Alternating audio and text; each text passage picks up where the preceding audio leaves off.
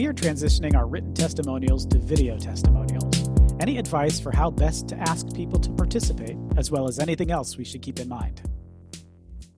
So first rule of thumb on this is making sure you get a signed waiver that specifically outlines the permission they're giving you and what that testimonial can be used for or can't be used for, because so many organizations forget this step and something happens and whatever, the person that is helping them with the testimonial then gets ticked off at a later date and raises holy hell, right, for something like this. So anyway, I definitely think that that's kind of the one thing to check off.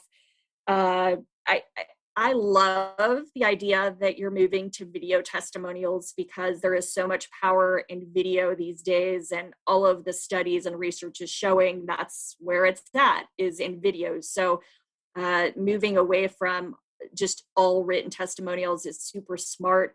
I'm just thinking that perhaps you might also, to make it effective, when you get the person to agree to do a video testimonial for you, you might try to make it as seamless and as comfortable as possible for them.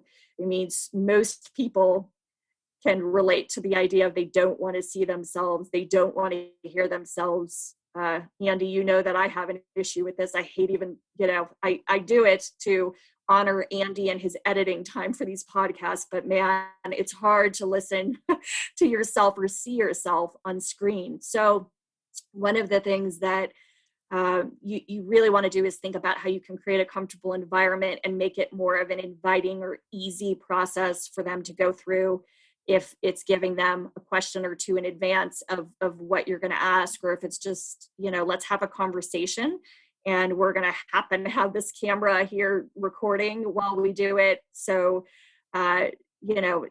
so you can actually just talk naturally to me. I mean, there's a lot of different strategies, and, people who are professionals with this know how to do that.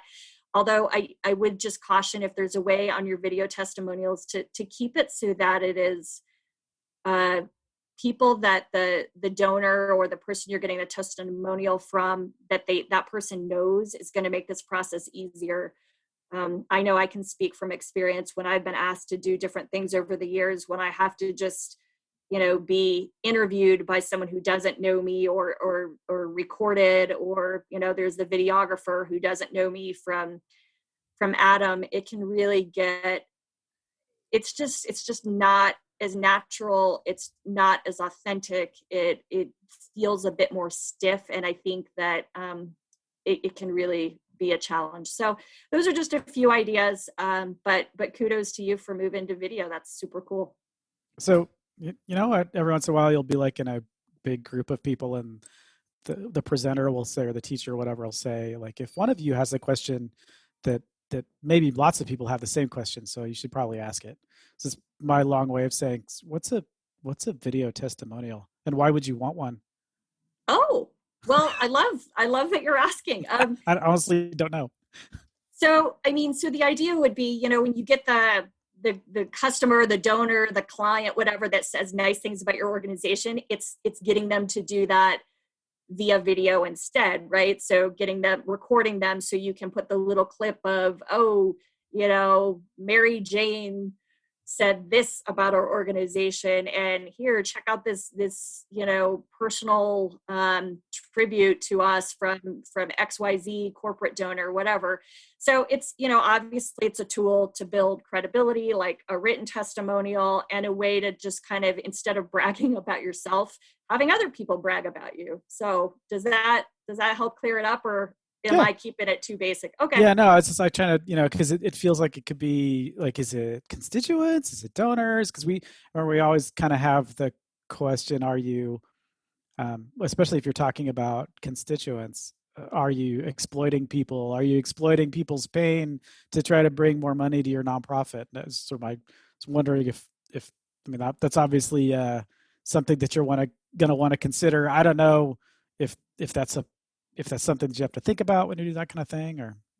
I think you're, to your point, I guess it depends on what I was reading this more from a standpoint of a testimonial being someone right? Like voluntarily is doing for you, and they're doing because they're so in love with your services and work as an organization, and or their experience with your organization, and they just want to share it. So it's less about their pain and it's more about, I never knew about XYZ organization, and when I found them, my life was turned around for this reason or whatever. Like, so I think it's a little less of like the Sarah McLachlan, like animal, those poor sad.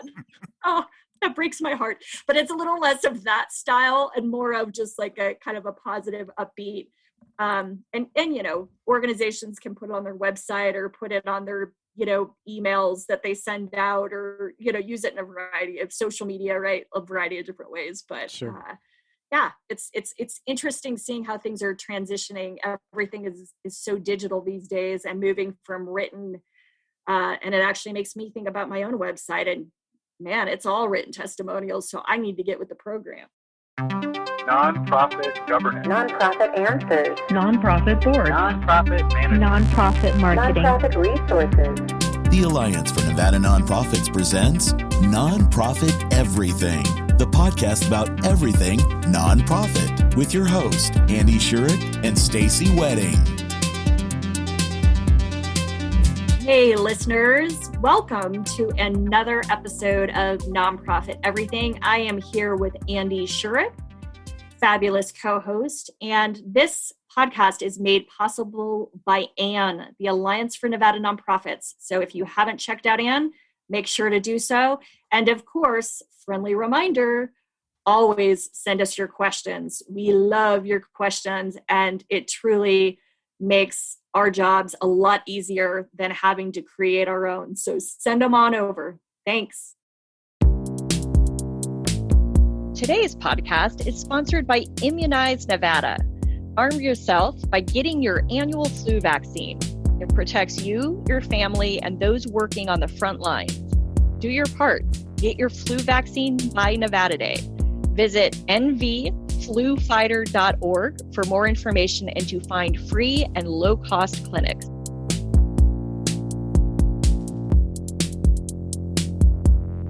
With so many staff working remotely with company equipment or their own equipment, what policies should we have in place to protect the organization, our employees, and our equipment?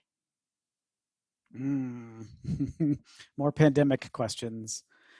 Well, so, you should have had these policies. Well, you should have the same policies in place regardless of whether it's people are working remotely more often now than they were before.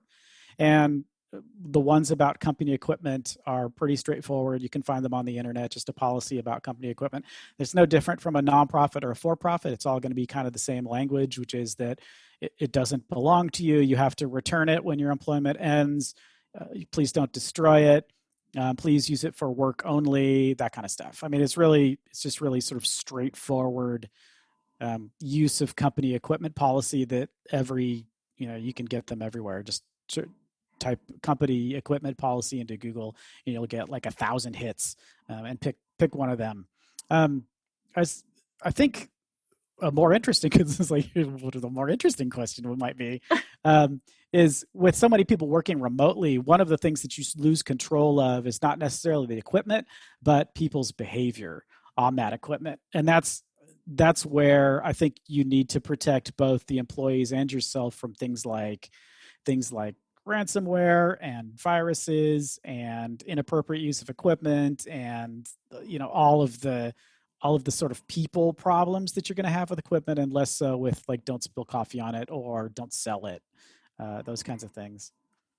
And you bring up a really good point, because one of the things I did, being full disclosure, when we got this question, I thought, geez, I'm not totally sure of the answer. So I did my own little bit of research, like I do for these podcasts. And one of the things that is talked about a lot is the idea of rules around or work, remote work policies that not only cover the technology aspects, but also the safety of employees in remote work situations, which it was something I never thought about, but it appears that there's some insurance policies that will cover if there's an injury or something that happens in a remote workplace. There's some insurance policies that will cover that. There's others that won't. So what do you do if you're an employer and your employee says, I don't know, they tripped over something in their own house? How does that apply? And then similarly with the computer issue, things like, okay, is it a public Wi-Fi or is it, private? And what are some of the, and then confidentiality, and are other people in the house using the computer as well? And are you dealing with confidential situations with clients? So it's a lot more complex than I even realized, which I quickly found out doing some of that Google research. And certainly I'm not an expert. So probably this might be, I don't, what are you thinking, Andy? I mean, would you classify yourself as an expert on this, or shall we try to bring someone in? Yeah, let's bring somebody in on this one. I think there are lots of interesting questions, especially the ones that you just brought up that kind of go alongside with this. It would be really interesting to hear from somebody who's actually thought about this a lot and is working in this space.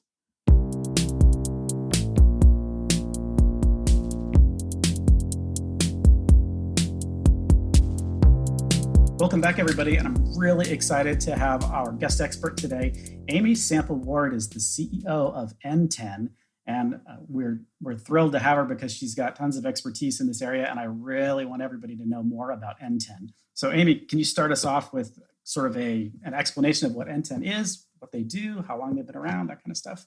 I would love to. Thanks for having me on. NTEN is a nonprofit, and our mission is to make sure that all other nonprofits are able to use technology strategically and in racially equitable ways to really actually meet their mission, to really meet community need.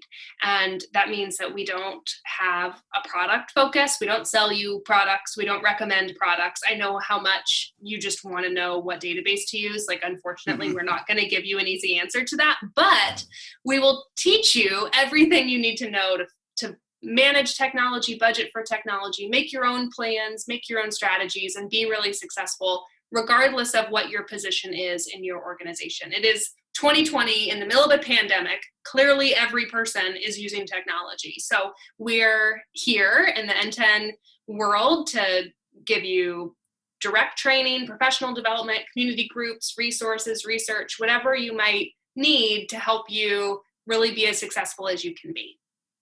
That's great. And just to throw also in there, NTEN is a nonprofit's 501c3. You're not a consulting company. Nope. And you have like memberships. So individuals can become members of NTEN and they get all kinds of fantastic benefits by becoming members. Yeah. And we have an annual conference, which I'm sure, like many of you listening, has been impacted by COVID. Our annual conference, the Nonprofit Technology Conference, is usually in March every year. So we were like the first domino in 2020 to fall, but we're planning for a virtual conference for next March. And just like all of the rest of our programs, our conference is open to anybody in an organization that wants to learn about or talk about technology. And even if you have never heard of NTEN until this moment, really encourage you to visit the website and submit a session too. We'd love to support folks who've never presented anywhere before, folks who've never presented at the NTC before.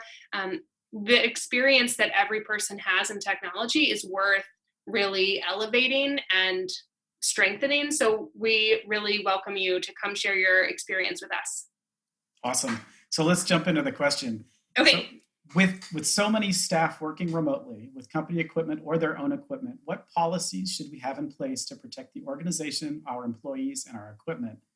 And I'm especially concerned with protecting our nonprofit from ransomware attacks. Me too. Yeah, aren't we all? There's so much in that question. And I do want to answer the question. I want to be really honest that my first response in reading that question, though, is the things that I think are most important have not been listed there as things that you should be protecting. I didn't hear anything about your service, participant, or donor data being protected. I didn't hear about your actual staff being protected. I'm hearing those those equipment pieces we want to protect and want to have policies in place, but so much of security is the human piece of things. Mm-hmm. So keeping both our kind of strategic focus on people as well as our practical application of what you move forward with security on the people side, I think will help you navigate what is going to be a lot of decisions as you start to go down this security road. And from there, I'd say the very first recommendation I have is so many organizations don't really know where to start because they don't know where they're vulnerable. So that's the first thing. Go figure out in all of your different systems what is actually vulnerable. Have you closed every hole that someone could use to log into your website or log in remotely to your database? Those are vulnerabilities that you may not really be thinking about because they're not access points that you use. But if they exist, then someone else really can use them, right? So figuring all of that out and making sure all those kind of holes are patched, so to speak. And some of that work isn't just on you. You likely have cloud services that are with some other vendor. So know that you have every right to reach out to those vendors and say, hey, I have a few questions. What other holes may there be here, and how can we make sure that everything's as secure as it can be?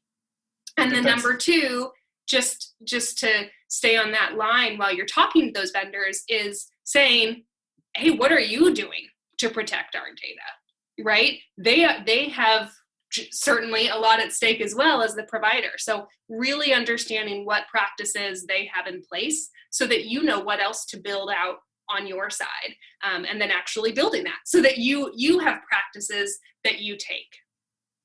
Right. I mean, that's kind of a terrifying thing. Anybody that's been paying attention to the news recently knows that a very significant service provider to nonprofits did have a loss of control of their data. And some of the data that they lost control of is truly terrifying. And right. You've got no recourse. Like once the horse is out of the barn, the horse is out of the barn. There is no way to get that data back. And you can't do anything about it once the provider has lost control of it. Yeah. And even the most secure system from the standpoint of, I think often we think about security or data breaches as like that, 20-year-old white kid wearing their hoodie in their parents' basement, like typing away furiously, and like their screen says like access approved or something, and they like log into your database and press like a really dramatic download button or something, like unfortunately, if that was what it was, we would be able to lock it down a lot better. What is really happening, even in cases that you may read about in the news of, organizations having data breaches or whatever else, is someone phishing, someone emailing a staff person, either impersonating a manager or the CEO or some other relationship that they would not question, and asking a question like, hey, can you reset that password for me? Or, hey, can you send me this? And that means what we really need to focus on as well is staff education. There should be a policy and a practice and a culture that you are never emailing a password to any system, to any person at any time for any reason, right? Like if I am in jail and I say, hey staff, they'll let me go if you email me this password, do not email the password, right? Like just don't do it, because that is how a lot of systems are getting breached. Not because they found some secret back entrance, they walked right in the front door, right? They are using a staff's access. So working a lot on staff education and making sure that every staff person knows that they are just as critical to the security of the organization's systems and user data as the IT director is. Right. It makes me think of, in the financial side of it, there's always an internal controls document. And if you're audited, the auditors come and they ask you about your internal controls. And some of the things they talk about are absurd. Like how many people are, multiple people opening the mail just in case someone mails you cash. And all these just really strange scenarios. But there's there's a process that you have to go through every single year, once a year, that talks about all those things. Do you recommend a sort of a technology management internal controls document or anything like that? Yeah, I think it's a really interesting and important comparison to the kind of financial policies document. I would say what's most important to me about that comparison is less that your financial policies or handbook, may include things like who's allowed to do X. I think that's less important with technology, especially as we all work from home. Like, you can't carry your laptop over to someone and ask for permission now. Like, everyone needs to have some level of access, but it's really that any staff person or auditor at any time could look at those financial policies and know what the process is for things. And that's, I think, the important piece for security, is that anyone on staff knows what the process is going to be. I'll send to you, Andrew, and you can post the link when you share the podcast. We have a totally free, you don't need to get anything from NTEN to get it, but we did a report last year about the state of cybersecurity in nonprofits. And I'll, give you the answer before you download it. It's real bad. The state of cybersecurity is real bad.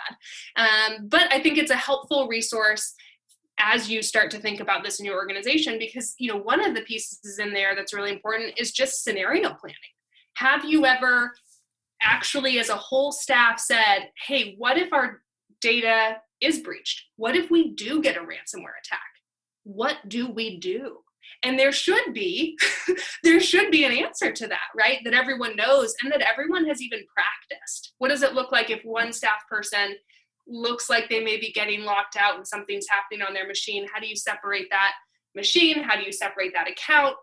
All of those steps should be rehearsed as a team, and very few organizations are doing that kind of planning for what are the steps that we need to take and practicing it. But just like, soccer or any other activity or sport, you practice in those scenarios so that you don't have to think when it comes up, right? Your muscles remember what to do. You have the confidence and the calm that comes with, hey, I know this. I've done this before. We've practiced this. And really giving your staff the gift of being able to stay calm and know that there's an answer is already going to position you for better success if you do get attacked than if they are, every single one of them, panicking and responding to the people saying, oh, well, I'll give you this, please just turn it back on. It's going to be much, much better, even if you do get attacked, to know what to do in response. I think that's a good point, because one of the things that we've noticed in nonprofits in general is because there's a board of directors that has this ultimate control.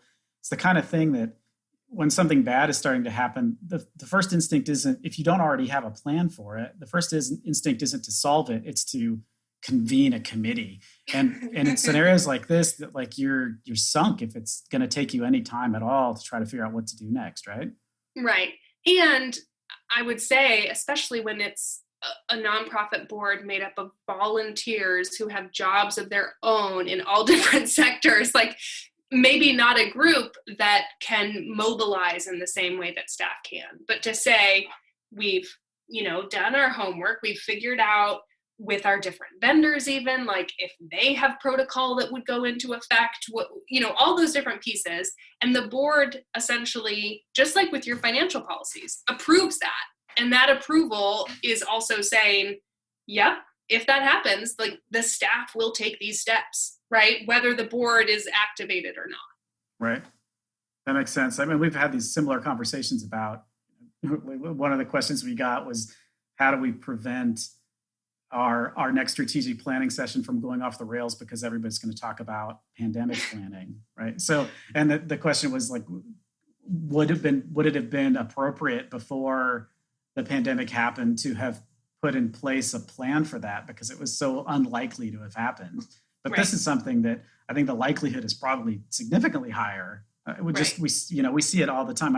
And anybody that uses a computer and uses internet is receiving maybe not really sophisticated phishing emails, but ones that, that's not really an invoice in that weird Excel document that you just sent me. Right. It's not Social Security sending me a statement. Right.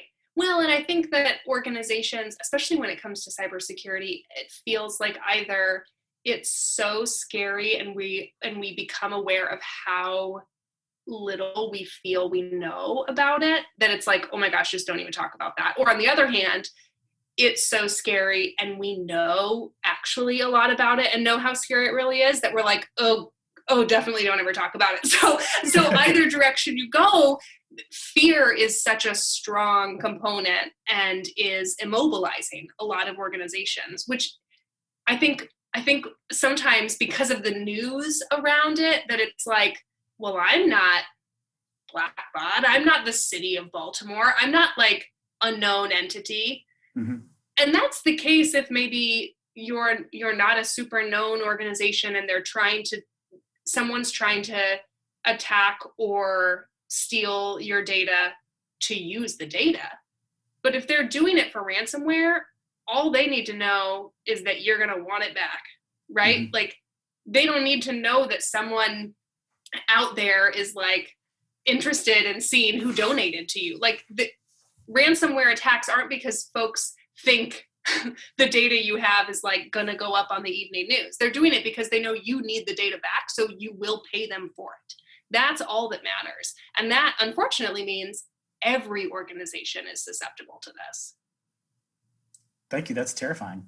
I mean, I'm really here to lift and inspire, Andrew. Like, yeah, that's what fill everyone with hope. But I mean, I guess the hope piece would be, it's not that complex, right? You really can create a plan for this. You really can train all of your staff in this.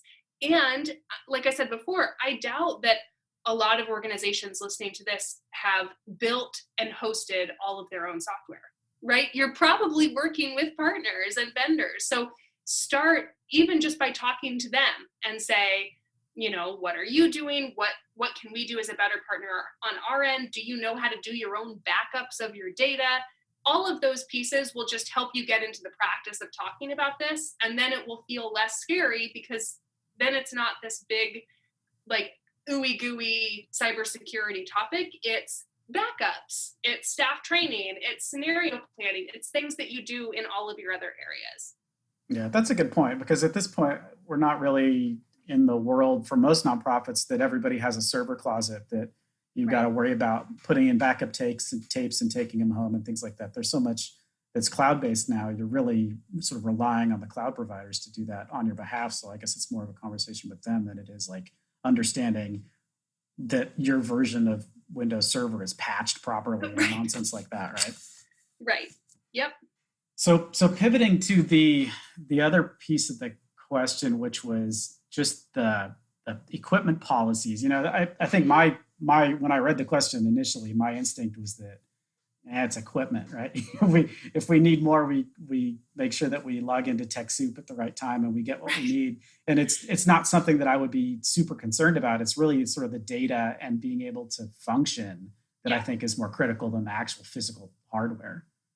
And I think regardless of the working from home, like because of the pandemic situation, you should already have employee policies that say, how staff get equipment, how many years old is their machine before they get a new one, what happens to that one once they get a new one, can folks buy the old ones for personal use, do staff get reimbursed for their internet at home? All of those pieces really have nothing to do with the pandemic.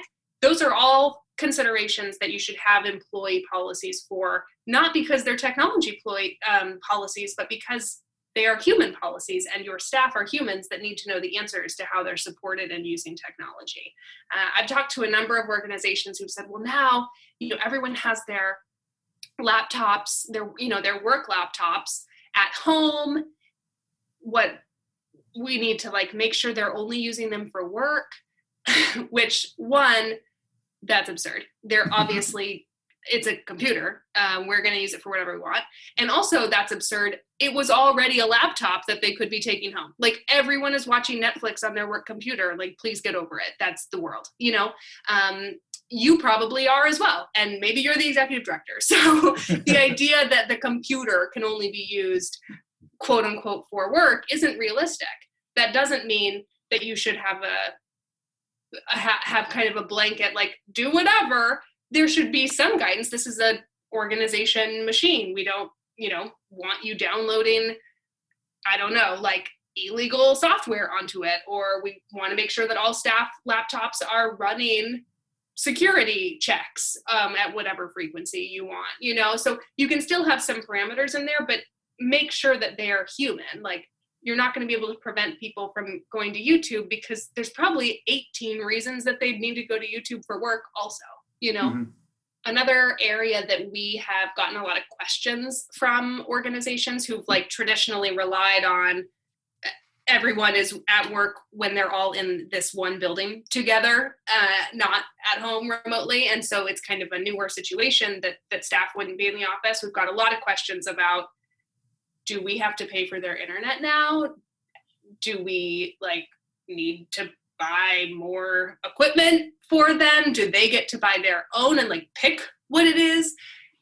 Of course, NTEN's answer, especially through our lens of the equity guide for nonprofit tech that we've published, is yes, you should pay for that internet. You are ensuring that they can do work for you, so you need to be able to invest to make sure that that work is happening. That doesn't mean that every organization needs to necessarily hire a nanny for every staff person who has kids or something like that, but to the basic elements of, do they have the equipment, that falls out to, are you covering part of their phone plan if they're using their cell phone to make work calls now? Are you paying a portion of their home internet costs because that's where they're connecting and working? So remembering that all of those pieces used to be included in the office, so too should they be included when the office is now virtual. That's a good point, and you may be saving money in the office too, because you're not, right. If people aren't there, they're not using it, you might be able to make that less expensive for you. Yeah. Well, thank you, Amy. That was fantastic. We really appreciate you taking the time to answer the question on the podcast. Just remind everybody that the State of Cybersecurity report that Amy mentioned is going to be in the Nonprofit Everything show notes. So go there and you can find a link to that, as well as a link to NTEN, so you can see all of the fantastic work that they're doing. I believe that, correct me if I'm wrong, I think the individual membership for NTEN is $99 a year, and that includes all kinds of discounts to all the training materials and everything that you guys have and the live trainings that you do as well. Yep, and it's a sliding scale. So if 99 is not something that you can do, you can also pay less. Even better. Well, thank you so much. We really appreciate your time. Thanks, Andrew. Thanks, everybody.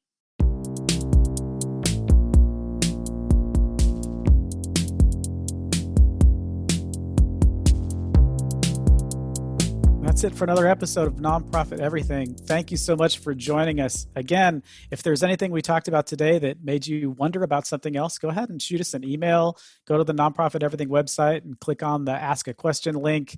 Tweet us. You can try to use Facebook, whatever you want. Get those questions to us and we'll try to get them on future episodes. With that, we'll see you in a couple of weeks.